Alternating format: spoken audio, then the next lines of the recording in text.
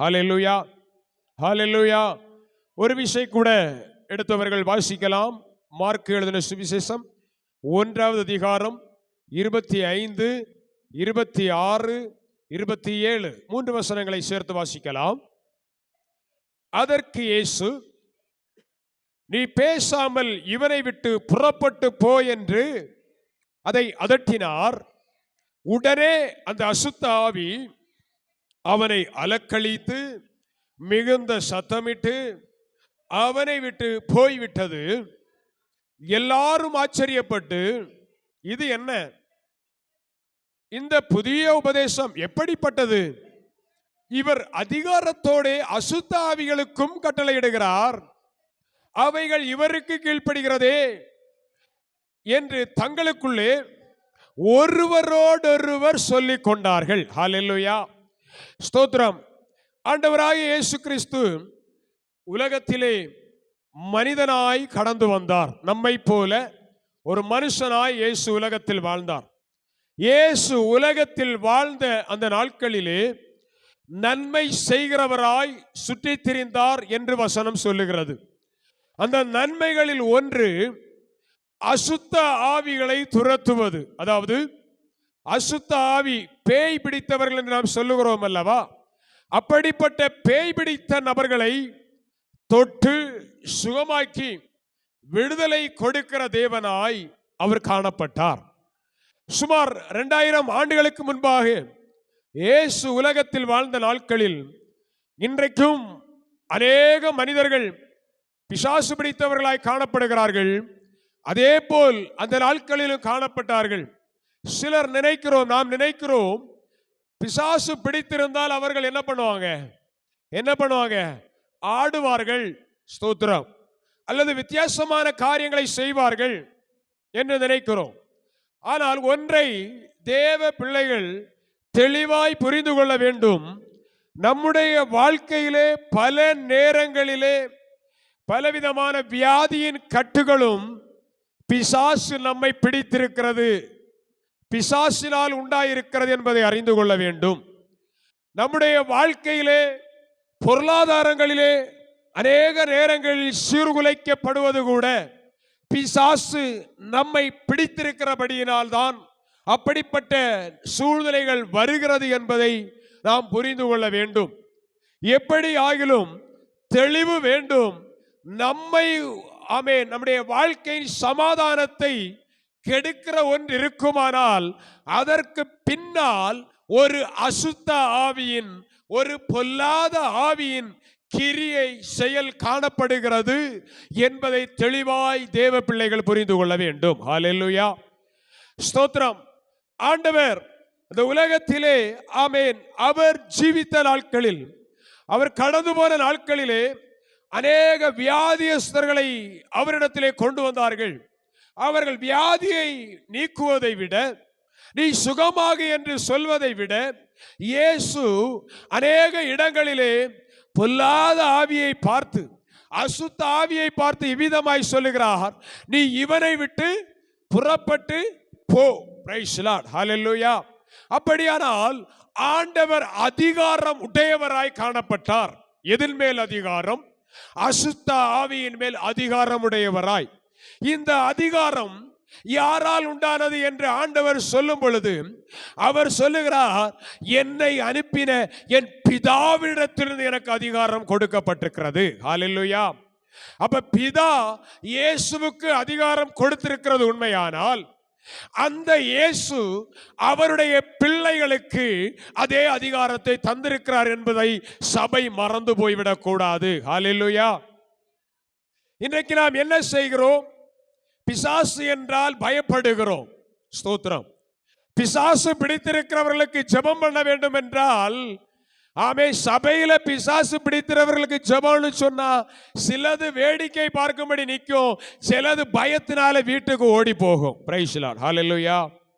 அப்படி பயப்படுவீர்களானால் நான் சொல்லுகிறேன், நம்மால என்ன செய்ய முடியாது? பிசாசு துரத்த முடியாது. நான் ஏற்கனவே பலமுறை உங்களுக்கு சொல்லி இருக்கிறேன், ஒரு நாய் நம்மை துரத்தினால், பயந்து ஓடினால் அந்த நாய் என்ன செய்யும்? துரத்தி கொண்டே வரும். எப்போ தைரியமாய், இது வேண்டாம், பயத்தில நடுங்கி போய் குனிந்தொரு கல்லெடுப்பது போல எறிவது போல ஒரு பாவனையை காண்பித்தால் போதும், அந்த பாவனை நிமித்தமாக அந்த நாய் ஓடி போகும். ஹல்லேலூயா. இந்த நம்முடைய வாழ்க்கையை அழிக்கும்படி நினைக்கிற இந்த அசுத்த ஆவியும் இந்த பொல்லாத ஆவியும் இந்த நாய்க்கு சமமானவன் தான் என்பதை மறந்து போகக்கூடாது. ஹல்லேலூயா. இந்த தெரு நாய்க்கு ஒப்பானதுதான் இந்த பிசாசும் என்கிற அறிவு தேவ பிள்ளைகளுக்கு இருக்குமானால் நிச்சயம் பிசாசுக்கு என்ன செய்ய மாட்டோம், இந்த பொல்லாத காரியங்களுக்கு என்ன செய்ய மாட்டோம், பயப்பட மாட்டோம். ஹல்லேலூயா. இயேசுவின் நாமத்தில் போ என்று சொல்லும் பொழுது பிசாசு என்ன செய்யும், ஓடி போகும். பிசாசுக்கு எதிர்த்து நில்லுங்கள், அப்பொழுது அவன் உங்களை விட்டு ஓடி போவான் என்று ஆமென் வசனம் சொல்லுகிறது. தேவ பிள்ளைகளை ஒன்று தெளிவாய் புரிந்து கொள்ள வேண்டும்.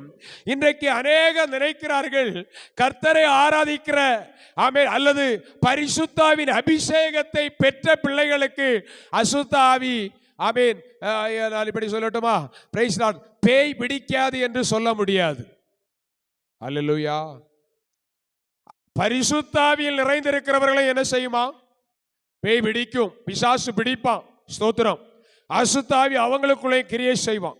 இந்த வாசித்த மார்க்கு 1வது அதிகாரத்தில் எழுதப்பட்ட சம்பவத்தில் ஆமென் ஸ்தோத்திரம், இந்த ஆமென் கர்த்தருடைய பரிசுத்த நாமம் மகிமைப்படுவதாக, ஆண்டவர் ஒரு அசுத்த ஆவியை கட்டளையிடுகிறார். அந்த அசுத்த ஆவி பிடித்த மனுஷன் எங்கே இருந்தான் தெரியுமா, எங்கே இருந்தான்? ஸ்தோத்திரம், அவன் ஜெப ஆலயத்திலே காணப்பட்டான். ஹல்லேலூயா. அவன் ஜெப ஆலயத்திலே இருந்தான். அவன் எத்தனையோ நாட்கள் அவன் ஜெப ஆலயத்திலே ஸ்தோத்திரம் தேவனை ஆராதிக்கிற ஜனங்களோடு கூடவே இருந்து செயல்படுகிறவன். ஒரு போதகர் வீதமாய் சொன்னார், ஒரு சபையிலே ஆமென் ஸ்தோத்திரம் 18 ஆண்டுகளாய் ஒரு தேவ பிள்ளை, ஒரு ஆவிக்குரிய சபையிலே ஒரு ஸ்திரீ கர்த்தரை, ஒரு சகோதரி கர்த்தரை ஆராதித்துக் கொண்டிருந்தார்கள். ஒரு நாள் ஒரு போதகர் வந்து அந்த இடத்திலே ஜெபித்த பொழுது அன்றைக்கு அந்த பிசாசு கொஞ்சம், அந்த நபர் கொஞ்சம் வித்தியாசமாய் சத்தமிட ஆரம்பித்தாராம். ஸ்தோத்திரம். அப்பொழுது அந்த ஊழியர் அந்த பிசாசை அதட்டினார். அதட்டி அந்த இடத்திலே கேட்டாராம், ஸ்தோத்திரம், நீ இவளை விட்டு போ என்று சொன்னார். அப்பொழுது அது சொல்லிச்சான், நான் ஒரு குறிப்பிட்ட இடத்தை சொல்லிச்சான், நான் இந்த இடத்திலிருந்து வந்திருக்கிறேன், நான் அப்படினால் போக மாட்டேன். ஸ்தோத்திரம். அடுத்த கேள்வி கேட்டாராம், எத்தனை ஆண்டுகளாய் நீ இங்கே இருக்கிறாய்? அது சொல்லிச்சான், 18 ஆண்டுகளாய் இருக்கிறேன். அப்போ அவர் அடுத்த கேள்வி கேட்டாராம், இத்தனை ஆண்டுகளும் முன்னே யாரும் கண்டுபிடிக்கவில்லையா என்று கேட்டாராம். அந்த ஆவி சொல்லிச்சான், இத்தனை ஆண்டுகள் ஆன பிறகும் யாரும் என்னை அடையாளம் காணவில்லை.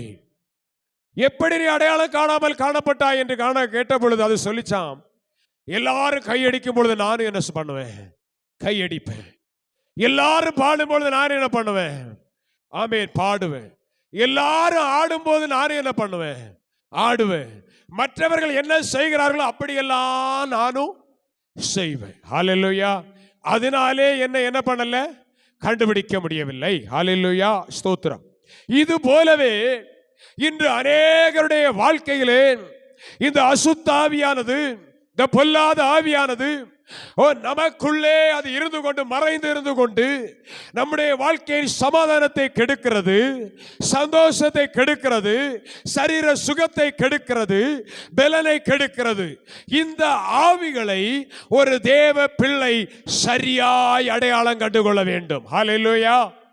நான் இப்படி சொல்லுகிறேன், இன்றைக்கு இந்த செய்தியின் முடிவிலே நமக்குள்ளே காணப்படுகிற சில ஆவிகளை நாம் சரியாய் அடையாளம் கண்டுகொண்டு அவைகளை துரத்த வேண்டும் இயேசுவின் நாமத்தினாலே.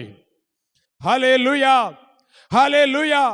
தேவ பிள்ளைகள் ஆமென் அந்த பிசாசை புரிந்து கொண்டு, இது பிசாசின் கிரியை என்பதை அறிந்து கொண்டு அதை துரத்தும் பொழுது சாத்தான், அந்த பொல்லாத ஆவி நம்முடைய வாழ்க்கையை விட்டு விலகி போகும். ஹல்லேலூயா. ஒன்று சாமுவேலிலே ஆமென் வாசிக்கும் பொழுது அங்கே சவுலை குறித்து சொல்லப்பட்டிருக்கிறது. சவுல் கர்த்தரால் அபிஷேகம் பண்ணப்பட்டவன், கர்த்தரால் ராஜாவாக அபிஷேகம் பண்ணப்பட்டவன்.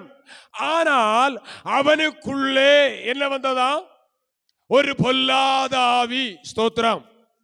அவனுடைய சிந்தையெல்லாம் நான் தேவனால் அபிஷேகம் பண்ணப்பட்டிருக்கிறேன். ஆனா அது செய்கிறது என்ன? அந்த ஆவி வரும் பொழுது எதையெல்லாமோ எடுத்து எறிகிறது, ஆமே குத்துகிறது, கொலை செய்கிறது. இதுதான் இந்த ஆவியின் வேலை. ஹல்லேலூயா. இந்த ஆவிக்கு ஒரே ஒரு நோக்கம் தெளிவாய் புரிந்து கொள்ளணும். ஒருத்தரை என்ன செய்யணும்? அழிக்கணும். ஸ்தோத்திரம். வாழ விடக்கூடாது. ஒருத்தரை கொலை செய்யணும், ஒருவரை இல்லாமல் ஆக்கணும். இதுதான் பிசாசின் ஆமென் காரியம். அப்ப தேவ பிள்ளைகள் தெளிவாய் புரிந்து கொள்ள வேண்டும். இந்த பிசாசு ஆமென் நம்மை அடிமைப்படுத்தி இருக்குமானால் அவனை துரத்த வேண்டும். ஸ்தோத்திரம். வாசித்த மார்க்கு எழுதின சுவிசேஷம் 1வது அதிகாரத்திலே ஆண்டவர் அந்த ஆமென் அசுத்த ஆவி பிடித்திருந்த மனுஷனை பார்த்து அவர் விதமாய் சொல்லுகிறார். ஸ்தோத்திரம். ஆமென். நீ இவனை விட்டு புறப்பட்டு போ. ஹல்லேலூயா. ஸ்தோத்திரம் என்று ஒரு கட்டளை இடுகிறார். அந்த பிசாசுக்கு ஒரு கட்டளை. இன்னைக்கு ஆமென் ஆண்டவர் ஆமென் தேவன் ஆமென் பிதாவானவர் இயேசுவுக்கு கொடுத்திருந்த அந்த அதிகாரம் பிசாசுகளை துரத்தும்படியான அதிகாரம். ஆமென். நாம் நினைத்து விடக்கூடாது, எனக்கு அந்த அதிகாரம் இல்லை, எனக்கு அந்த வல்லமை இல்லை, எனக்கு அந்த வரம் இல்லை. இன்னைக்கு இப்படி நினைச்சுதான் தேவ பிள்ளைகள் நம்ம வாழ்க்கையை கெடுத்து கொண்டிருக்கிறோம். ஹல்லேலூயா. தேவன் அதை தந்திருக்கிறார். ஒருவேளை அப்படி சந்தேகம் இருந்தனா இன்னைக்கு இந்த ஆராதனை முடிவில் எல்லா பிள்ளைகளும் அந்த வரத்தை, அந்த பிசாசை துரத்துகிற அதிகாரத்தை பெற்றுக்கொண்டவர்களாய் கடந்து போக வேண்டும். ஹல்லேலூயா. எத்தனை பேர் அதை விரும்புகிறீங்க? கையை உயர்த்தி வேற அல்லேலூயா சொல்லலாமா? ஹல்லேலூயா. ஹல்லேலூயா. கர்த்தருடைய பரிசுத்த நாமம் மகிமைப்படுவதாக. இப்பொழுது இயேசு பிசாசை துரத்துகிறதை பார்க்கிற ஜனங்கள் நினைக்கிறாங்க, இது என்னையா வித்தியாசமான உபதேசமா இருக்கு, இது என்னையா புதிய உபதேசமா இருக்கு. ஆவிகளை பார்த்து கட்டளை எடுக்கிறார், அது என்ன செய்து போகுது. வேற எந்த மந்திரவாதம் செய்யல, பூஜை செய்யல, வேற எந்த பரிகாரம் செய்யல. ஒரே வார்த்தை, நீ இவனை விட்டு புறப்பட்டு போய் என்று சொல்லும் பொழுது அது என்ன செய்கிறது? புறப்பட்டு போகிறது என்று சொல்லி அவர்கள் சொல்லுகிறார்கள், இது புதிய உபதேசம். ஹல்லேலூயா. தேவ பிள்ளையே, இது புதிய உபதேசம் அல்ல. இது ஆண்டவராய் இயேசு கிறிஸ்து உலகத்தில் வந்த நாட்களிலே அன்றைக்கே நடைபெற்று கொண்டிருக்கிற ஒரு வல்லமையின் கிரியை என்பதை சபை புரிந்து கொள்ள வேண்டும். ஹல்லேலூயா. ஸ்தோத்திரம். ஆமென். இடத்திலே ஆமென் அசுத்த ஆவிக்கு அவர் கட்டளையிடும் பொழுது அந்த ஆவி என்ன செய்கிறது? அலைக்கழிக்கிறது. இதுதான் இன்றைக்கு அநேகருக்கு பயத்தை உண்டு பண்ணுகிறது. இந்த அலைக்கழிப்பு வரும் பொழுதுதான் நம்ம என்ன செய்கிறோம்?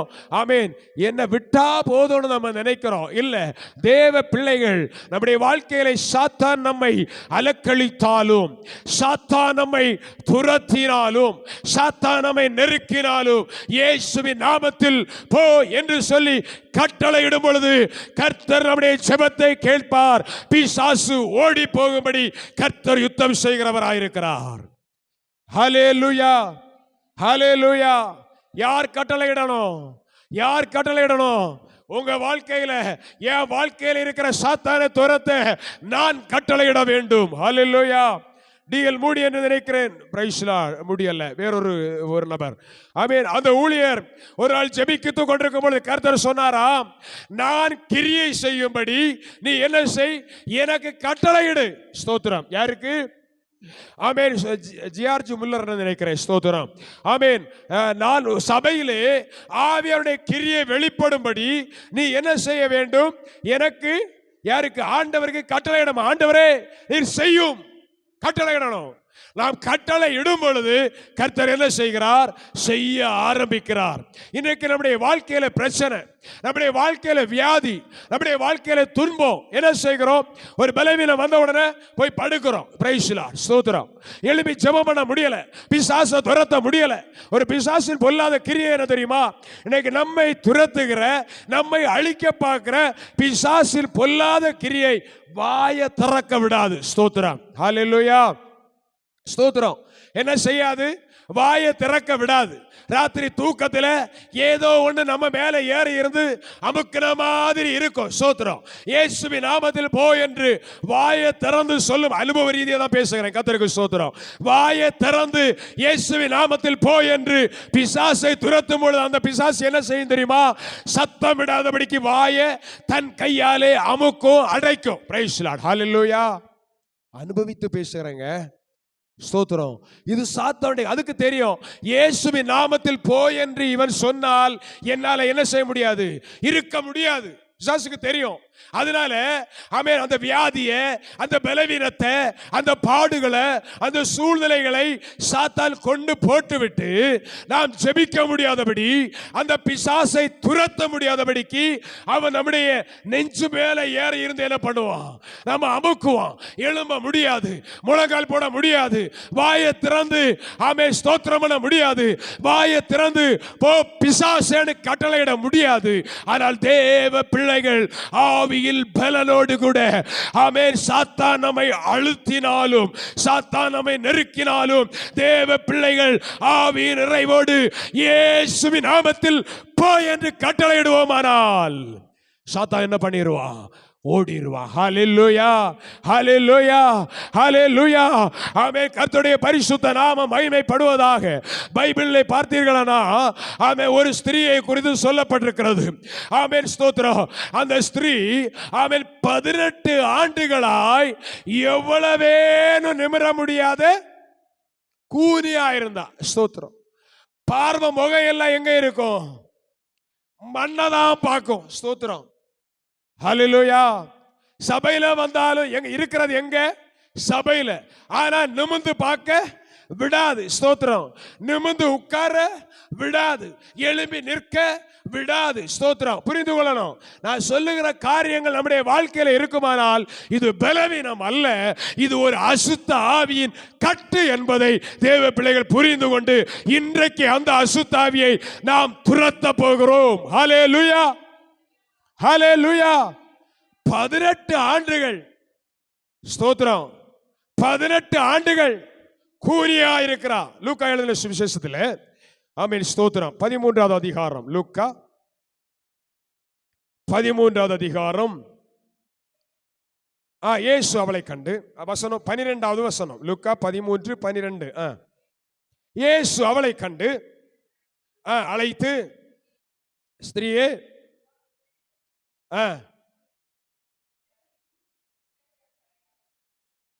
இயேசு அவளை கண்டு தம்மிடத்தில் அழைத்து, ஸ்திரீயே, உன் பலவீனத்திலிருந்து விடுதலையாக்கப்பட்டாய் என்று சொல்லி அவள் மேல் தன் கைகளை வைத்தார்.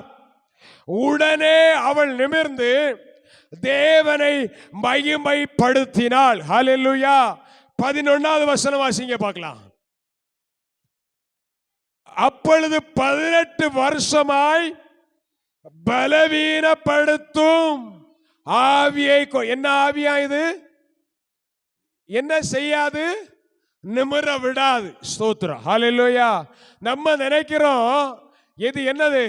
பிறவியிலேயே பிறக்கும் பொழுதே முதுகெலும்பு நிமிராத பலவீனம். டாக்டர்ஸ் என்ன சொல்றாங்க? இது பிறவியிலேயே இருக்கிறபடினால சரி பண்ண முடியாது.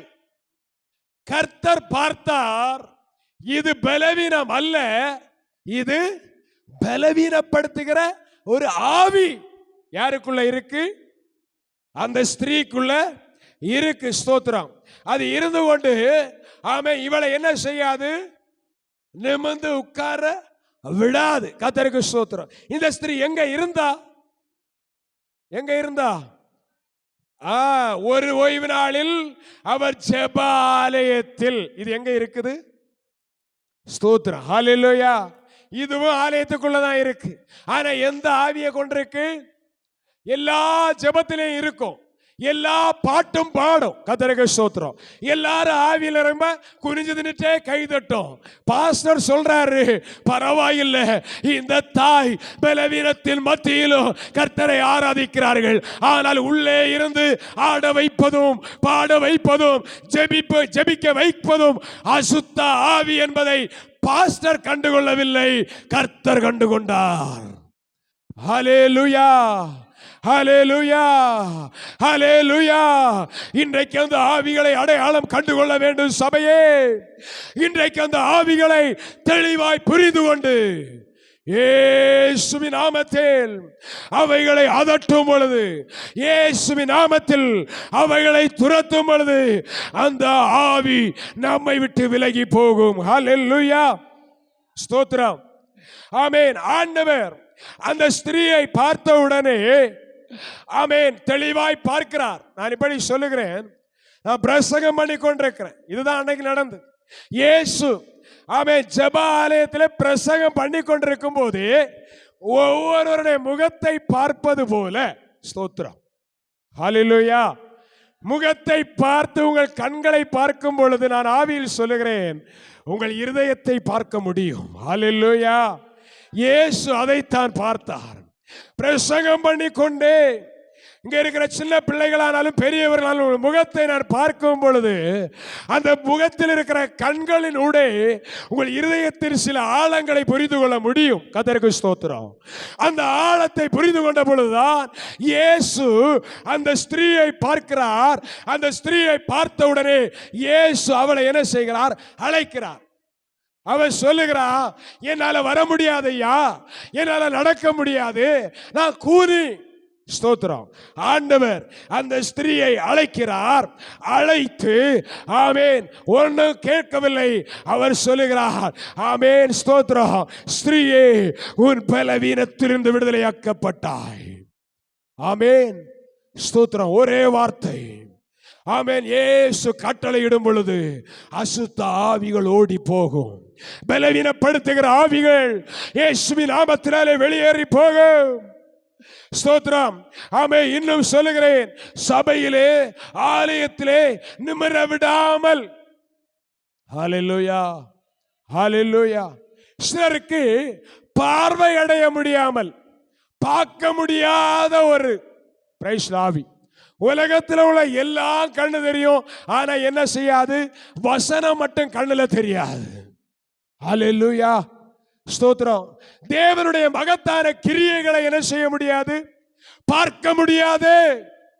கண்கள் குருடாக்கி வைத்திருக்கிறான் பிசாசு. ஆமென், ஸ்தோத்திரம்.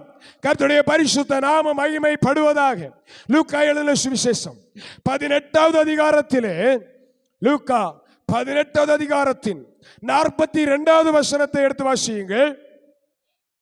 இயேசு அவனை நோக்கி, ஆமென், 41 வாசிங்க. நான் உனக்கு என்ன செய்ய வேண்டும் என்றிருக்கிறாய் என்று கேட்டார். ஸ்தோத்திரம். தேவ பிள்ளை, இன்னைக்கு ஆண்டவர் நம்ம ஒவ்வொருத்தரையும் கேட்கிற கேள்வி அதுதான். நான் உனக்கு என்ன செய்யணும்?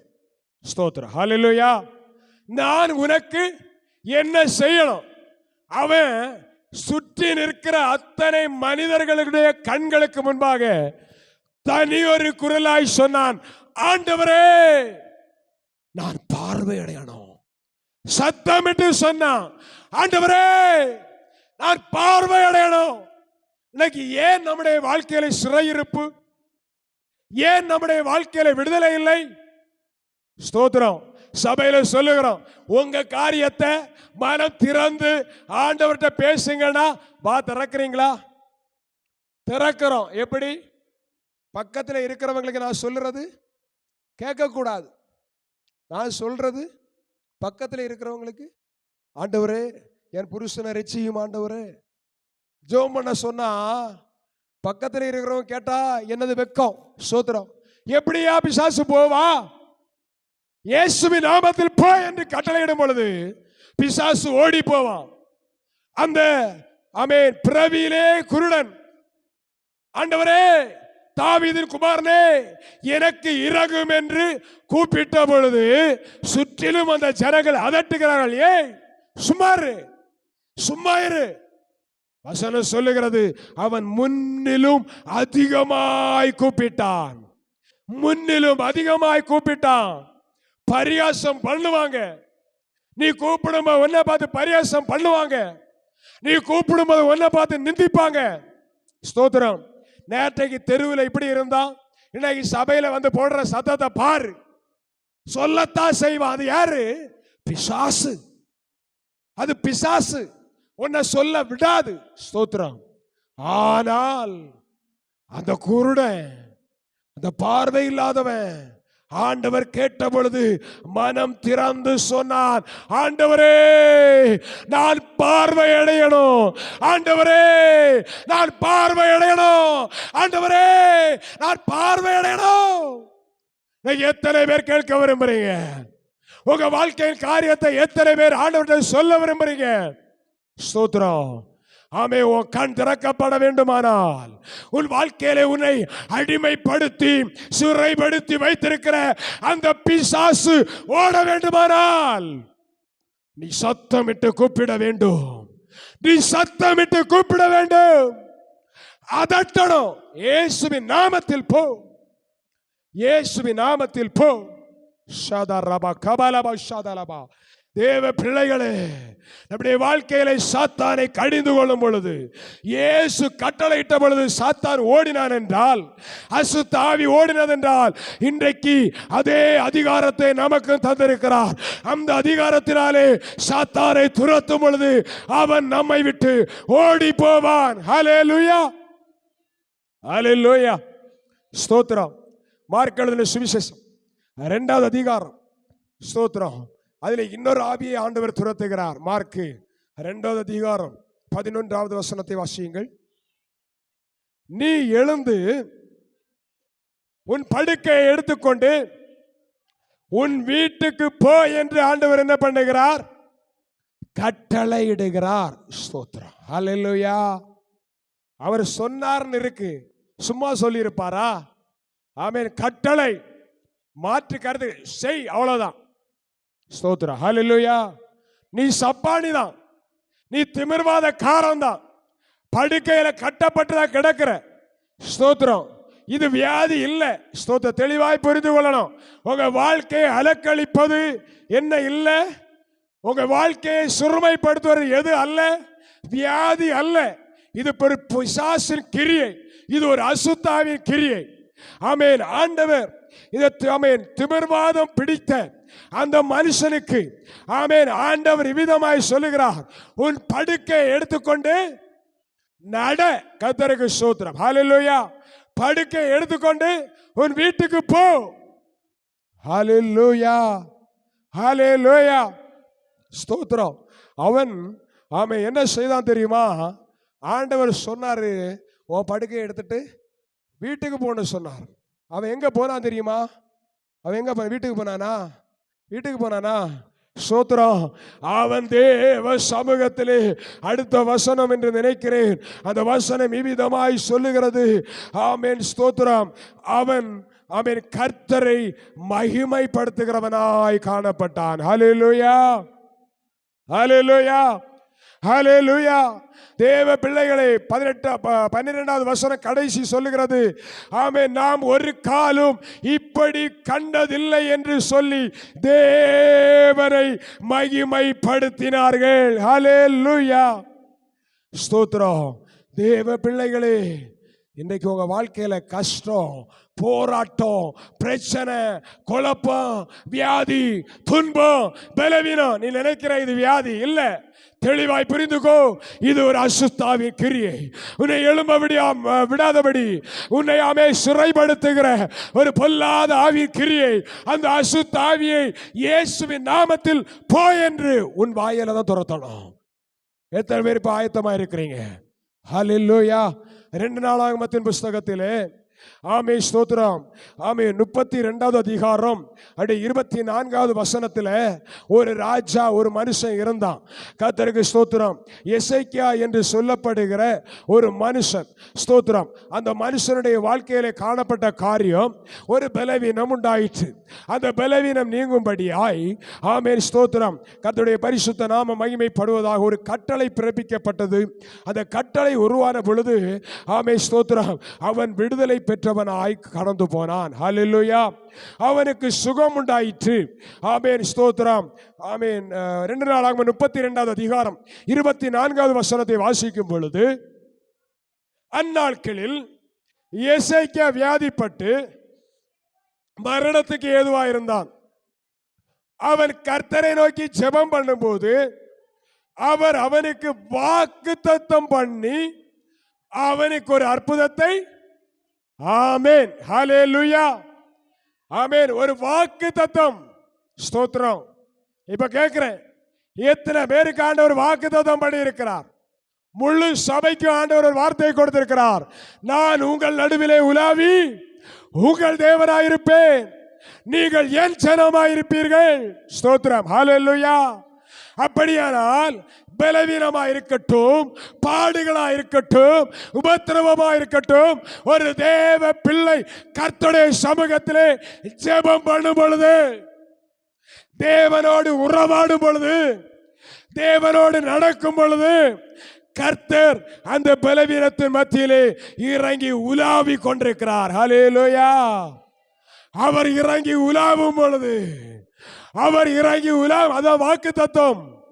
நான் உங்கள் நடுவிலே உலாவி, நான் உங்கள் நடுவிலே நடந்து, ஆமென், உங்கள் தேவனாயிருப்பேன், நீங்கள் என் ஜனமாயிருப்பீர்கள். ஹல்லேலூயா. வசனம் இன்னும் சொல்லுகிறது, என் ஜனமோ ஒருபோதும் வெட்கப்பட்டு போவதில்லை. ஹல்லேலூயா. இன்னைக்கு பலவீனத்தில் வெட்கப்பட்டு போயிருக்கிறோமா? இன்னைக்கு பல சூழ்நிலைகளிலே வெட்கப்பட்டு நிற்கிறோமா? மனுஷன் முன்னாடி தலை நிமிர்ந்து நிற்க முடியாதபடிக்கு தலை குனிந்து நிற்கிறோமா? தோல்வி பயம் உங்களை அழுத்திக் கொண்டிருக்கிறதா? தேவ பிள்ளையே, கர்த்தர் சொல்லுகிறார், நான் உன்னை பலப்படுத்தி உனக்கு சகாயம் பண்ணுவேன், ஓ உன்னை திக்கற்றவர்களாய் விடேன், உன்னிடத்தில் வருவேன் என்று வாக்கு பண்ணியிருக்கிறார். ஹல்லேலூயா. ஹல்லேலூயா.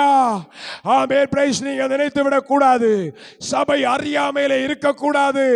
சபை தேவனை அறிகிற அறிவிலே வளர வேண்டும். இன்றைக்கு அநேகர் நினைக்கிறோம், நான் ஜெபிச்சா கேட்கப்படாது, அவர் ஜெபிச்சாதான் கேட்கும். ஸ்தோத்திர. ஹல்லேலூயா. இல்லை, தேவ பிள்ளையே, ஆண்டவர் இயேசுவின் நாமத்தினாலே பிசாசை துரத்துகிற அதிகாரத்தை எனக்கு தந்திருக்கிறார், உனக்கு தந்திருக்கிறார். ஹல்லேலூயா. வாயை திறக்கணும், இயேசுவின் நாமத்தில் போ என்று கட்டளையிடணும். அது ஓடும், அது ஓடும். பிரைஸ். ஹல்லேலூயா. காரணம் என்ன தெரியுமா? நமக்குள் இருப்பவரை காட்டிலும் அவன் சின்னவன், அவன் தோற்று போனவன். சிலுவையிலே ஆண்டவரை கொலை செய்துவிட்டு கல்லறைக்குள்ளே புதைத்து மூடி வைக்கலாம் என்று நினைத்துக் கொண்டிருந்தான் சாத்தான். யார? இயேசுவை சிலுவையிலே கொலை செய்து கல்லறைக்குள்ளே அடைத்து வைக்கலாம் என்று அவன் நினைத்துக் கொண்டிருந்தான். இயேசு, நான் இப்படி சொல்லுகிறேன், வசனத்தின்படி சொல்லுகிறேன், ஒரு செகண்ட் கூட இயேசுவை கல்லறைக்குள்ள என்ன செய்ய முடியல, அடக்கி வைக்க முடியல. எப்படி? நம்ம ஒருவேளை சொல்லலாம், உலக மனுஷன் சொல்லுவான், 3 நாள் இயேசு கல்லறைக்குள்ளதான் இருந்தாரு. இல்ல சபையே, தேவ ஜனமே, இயேசு எப்போ சிலுவையிலே ஜீவனை விட்டாரோ அடுத்த நிமிடம் வசனம் சொல்லுகிற 2 பேதுருவிலே வாசிக்க முடியும், கீழ்ப்படியாத ஆவிகளுக்கு பிரசங்கம் பண்ண இயேசு போய்விட்டார். ஹல்லேலூயா. சரீரத்தை தாங்க உள்ள வச்சாங்க, சரீரத்தை தாங்க கல்லறையில வச்சாங்க. அப்ப சாத்தானுக்கு தெரியும், என்னால் அடக்க முடியாத ஒன்றுண்டானால் இயேசுவின் மரணத்தை என்னால் அடக்கி வைக்க முடியாது. மரணத்தை ஜெயித்தவர், சாபத்தை மாற்றினவர், கட்டுகளை அறுத்தவர் நாம் ஆராதிக்கிற தேவன். ஹல்லேலூயா. கரங்களை தட்டி எல்லாரும் கர்த்தரை மகிமைப்படுத்தலாமே. இன்றைக்கு கர்த்தர் இந்த வேளையிலே, இன்றைக்கு இந்த நாளிலே கர்த்தர் அந்த சாத்தானின் கிரியைகளை அழித்து ஒரு ஜெயத்தை, ஒரு விடுதலையை இந்த நாளிலே அவர் கட்டளையிட விரும்புகிறார். ஹல்லேலூயா, ஹல்லேலூயா, பிரைஸ் தி லார்ட். இன்னும் சொல்லுகிறேன், இந்த அசுத்த ஆவி மனுஷனை அலைக்கழிக்கிறது. நான் முதல்ல சொன்ன பாத்தீங்களா, இந்த சாத்தானுடைய நோக்கம் எல்லாமே மனுஷனை எப்படி ஆகிலும் என்ன செய்யணும், கொல்லணும். ஸ்தோத்திரம், ஆமென். மத்தேயு மார்க் எழுதின சுவிசேஷம், கர்த்தருக்கு ஸ்தோத்திரம், ஆமென். மார்க் எழுதின சுவிசேஷம் அதனுடைய 9வது அதிகாரம், மார்க் 9:25. அப்பொழுது ஜனங்கள் கூட்டமாய் ஓடி வருகிறதை இயேசு கண்டு அந்த அசுத்த ஆவியை நோக்கி, ஊமையும் செவிடுமான ஆவியே, இவனை விட்டு புறப்பட்டு போ என்று. ஆமே, இங்க 2 கட்டளை. கர்த்தருக்கு ஸ்தோத்திரம்.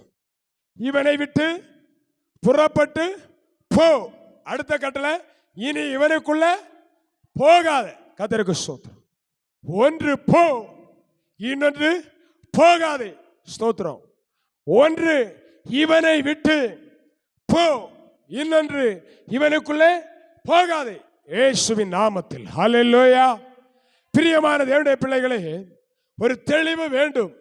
ஒரு மனுஷனுடைய வாழ்க்கையிலே, ஒரு தேவ பிள்ளையுடைய வாழ்க்கையிலே அசுத்த ஆவி, ஒரு மனிதனுடைய வசனத்திலே சொல்லப்பட்டிருக்கிறது, ஒரு அசுத்த ஆவி அவனுடைய சரீரத்தை விட்டு புறப்பட்டு போனது. ஸ்தோத்திரம். புறப்பட்டு போன அசுத்த ஆவி ஏன் போனது? கர்த்தரை ஆராதிக்கிற ஜனங்கள் மத்தியிலே ஆவியால என்ன செய்ய முடியாது, அசுத்த ஆவியால இருக்க முடியாது. அது புறப்பட்டு போகிறது. ஸ்தோத்திரம். புறப்பட்டு போன ஆவி வனாந்தரத்துல, காட்டுல, உலகத்துல சுற்றி திரியுது. எங்காகிலும் அடைக்கலம் கிடைக்காதா? எங்காகிலும் ஒரு ஒதுக்குப்புறம் கிடைக்காதா? எங்காவது ஒரு மறைவிடம் கிடைக்காதா? அலைந்து திரிந்த அந்த ஆவி, ஆமென், அடைக்கலம் கிடைக்காதபடியினால் திரும்ப அது என்ன செய்கிறது? ஸ்தோத்திரம். இங்க ஒரு காரியம், இளையகுமாரன் புத்தி கெட்டு என்ன செய்தான்? தகப்பனை விட்டு போனான். புத்தி திரும்ப வந்தபோது திரும்ப வந்தான். ஸ்தோத்திரம். இந்த அசுத்த ஆவியும் அப்படித்தான். ஸ்தோத்திரம். புத்தி தெளிந்த போது என்ன செய்தது? நான் இனி இங்க இருக்க முடியாது. அதுல வச்சு ஒரு மாற்றம் தான் இருக்கு. கர்த்தருக்கு ஸ்தோத்திரம்.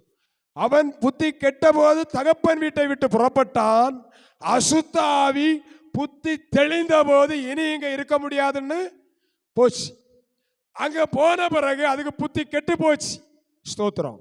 அவனுக்கு புத்தி வந்தது, இந்த அசுத்த ஆவிக்கு புத்தி கெட்டு போனபடியினால் திரும்ப வருகிறது. வரும்பொழுது அந்த வீடு எப்படி இருக்கு? இப்போ ஜோடிக்கு அழகாக்கப்பட்டிருக்கிறது. ஸ்தோத்திரம். அழகா பெயிண்ட் அடிச்சு பக்கமா வச்சிருக்காங்க. ஆனா எந்த அந்த அசுத்த ஆவி எந்த இடத்திலிருந்து புறப்பட்டு போனதோ அந்த இடம் இப்போதும் எப்படித்தான் இருக்கு? வெறுமையா இருக்கு, நிரப்பப்படவில்லை. ஸ்தோத்திரம். இன்னைக்கு பிசாசு தலைமுறை தலைமுறையாய் ஆண்டுகளாய் நம்மை அழிக்க காரணம், நம்மை துரத்த காரணம், நமக்குள்ளே பரிசுத்த ஆவியானுடைய நிறைவு இல்லை. ஸ்தோத்திரம். ஹல்லேலூயா. புரிந்து கொள்ள வேண்டும். அந்த பரிசுத்த ஆவி நிறைவில்லாதபடியினாலே அந்த பிசாசு வந்து பார்க்குது, இந்த வீட்டுக்குள்ள போகிறது கடினம். இது இப்ப என்ன செய்ய? திரும்ப போய் தன்னிலும் பொல்லாத எத்தனை ஆவி? 7 ஆவிகளை கூட்டிட்டு வந்து இப்ப எங்க வருது? வீட்டுக்குள்ள வருது. ஸ்தோத்திரம். இப்ப எத்தனை ஆவிகளா இருக்கு? 7 8. கர்த்தருக்கு ஸ்தோத்திரம். 7 + 1 8 ஆவிகள். முதல்ல எத்தனை இருந்து? ஒரு ஆவி இருக்கும் போதே அவனால நிம்மதியா இருக்க முடியல. இப்ப தன்னிலும் பொல்லாத 7 7 + 1 8 8 உள்ள வந்தா உங்க வாழ்க்கை யோசித்து பாருங்க. அப்ப இன்னைக்கு என்ன செய்யணும்? இன்றைக்கு நம்முடைய வாழ்க்கையை கர்த்தர் கையில ஒப்பு கொடுக்க வேண்டும். நம்முடைய வாழ்க்கையை கர்த்தருடைய ஆவியானவர் நிரப்ப வேண்டும். ஸ்தோத்திரம். நமக்குள்ளே கிரியை செய்கிற அந்த பொல்லாத அசுத்த ஆவியை துரத்தி விட்டு பரிசுத்த ஆவியின் பலனை தேவ பிள்ளைகள் பெற்றுக்கொள்ள வேண்டும். ஹல்லேலூயா, ஹல்லேலூயா. எத்தனை பேர் விரும்புறீங்க? ஹல்லேலூயா. ஸ்தோத்திரம். கொஞ்சம் கஷ்டமா இருக்குல்ல? ஸ்தோத்திரம். எங்களை விட்டா போதும்னு சொல்லுவீங்க. ஹல்லேலூயா, ஸ்தோத்திரம். தேவ பிள்ளைகளே, இங்கே ஆண்டவர் சொல்லுகிறார், அந்த அசுத்த ஆவிக்கு ஆமே கட்டளையிடுகிறார், நீ போ என்று கட்டளையிடுகிறார். இனி திரும்ப இவனுக்குள்ள வராதே. இதுதான் நமக்கு தேவை. ஹல்லேலூயா. துரத்துகிறது முக்கியம் இல்லை, திரும்ப அது நமக்குள்ள வரக்கூடாது. ஸ்தோத்திரம். இப்போ ஒரு 4 வசனங்களை வேகமா சொல்லி ஜெபிக்க போகிறோம். ஸ்தோத்திரம். சிலருக்கு பல சந்தேகம், எனக்கு அந்த ஆவி உண்டா? ஸ்தோத்திரம். எனக்கு அந்த வரம் உண்டா? ஸ்தோத்திரம். ஆவி இப்ப எத்தனை பேருக்குள்ள இருக்குன்னு ஒரு வீதம் நீங்க கணிச்சிருப்பீங்கன்னு நினைக்கிறேன். ஸ்தோத்திரம். பயம் இருக்குன்னா உங்களுக்குள்ள எது இருக்கு? சரக்கு இருக்கு. கர்த்தருக்கு ஸ்தோத்திரம். பயம் இருந்தால் சரக்கு இருக்கு. கர்த்தருக்கு ஸ்தோத்திரம். சரக்குன்னா அசுத்த ஆவி. ஹல்லேலூயா, ஸ்தோத்திரம். பலவீனம் இருக்குதுன்னா பலவீனம் இருக்கும், அதுல ஒரு ஆவியின் பலன் இருக்க வேண்டும். ஹல்லேலூயா. பரவாயில்லை, பார்த்தீங்களா, செத்தாலும் பரவாயில்லைங்கிற ஒரு தைரியம் தேவ பிள்ளைகளுடைய வாழ்க்கையிலே வருமானால் நான் சொல்லுவேன், கர்த்தர் சாவுக்கு ஒப்பு கொடுக்க மாட்டார். நம் கால்களை மான் கால்களுக்கு ஒத்த கால்களாய் மாற்றுவார். ஹல்லேலூயா. காண்டா மிருகத்துக்கு ஒத்த பலன் தேவ பிள்ளைகளுக்கு உண்டு. ஆமென், ஸ்தோத்திரம். ஆனா என்ன சொல்லணும்? பலவீனனும் தன்னை பலவான் என்று சொல்ல கடவன். ஆமென்.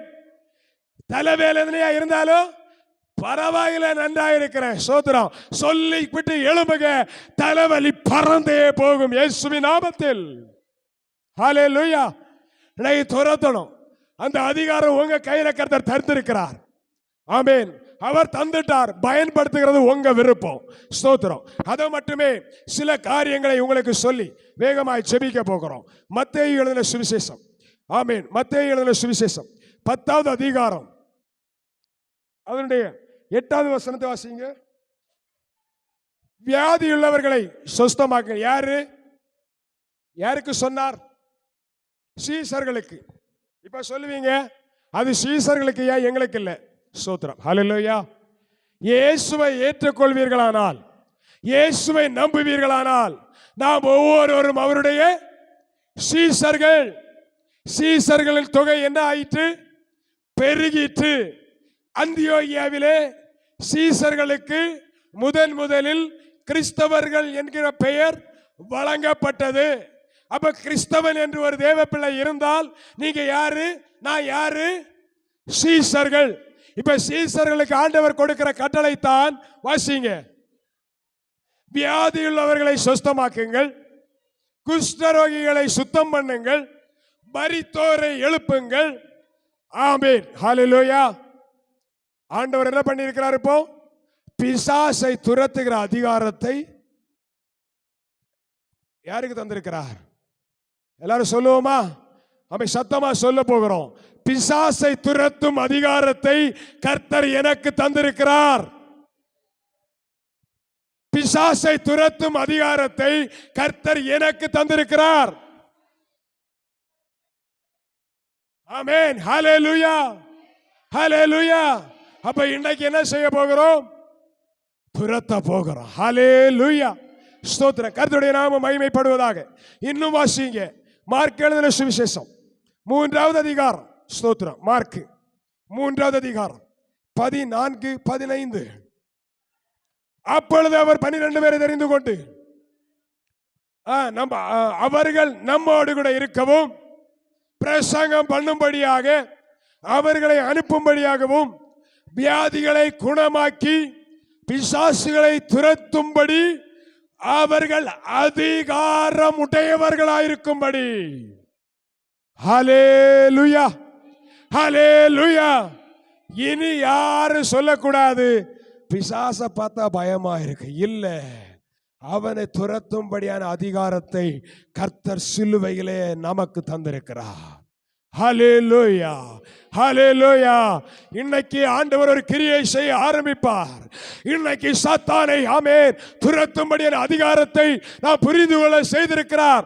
நான் அதிகாரத்தோடு கட்டளையிடணும், கர்த்தர் யுத்தம் பண்ணுவார். ஆமென், ஸ்தோத்திரம். நம்ம கட்டளையிட்டா போதும், ஆண்டவர் யுத்தம் பண்ணுவார், பிசாசு ஓடி போவான். ஹல்லேலூயா. ஒருவேளை நீங்க கூட சொல்லலாம், ஆமா சீசர்கள்னா ஊழியர்கள் தான், இன்னும் ஒரு அளவு வம்பா நீங்க இருப்பீங்கன்னா, இப்ப ஆண்டவர் சொல்லுகிறார் விசுவாசிகளுக்கு அதிகாரம். யாருக்கு? யாருக்கு? சிலர் என்ன சொன்னாலும் கேட்க மாட்டாங்க.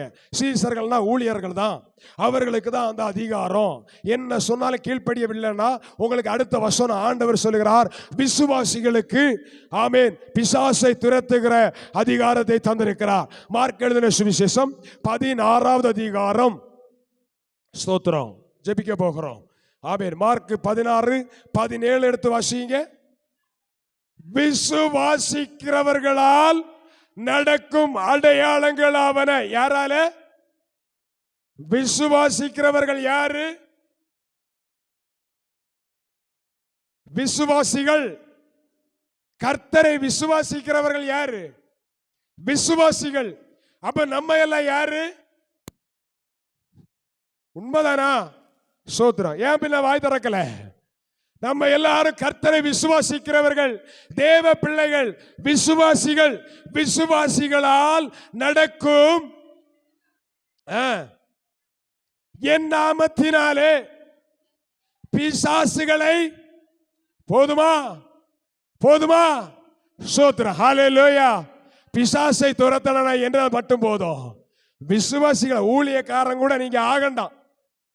நீங்க யார் ஆக வேண்டாம்? ஊழியர்கள் கூட ஆகண்டாம். விசுவாசித்தாலே போதும், பிசாசுகளை துரத்துவீர்கள். ஹல்லேலூயா, ஹல்லேலூயா. ஸ்தோத்திரம். லூக்கா 10 ஆமென். ஸ்தோத்திரம். லூக்கா 10வது அதிகாரம் ஆமென் 19வது வசனம்.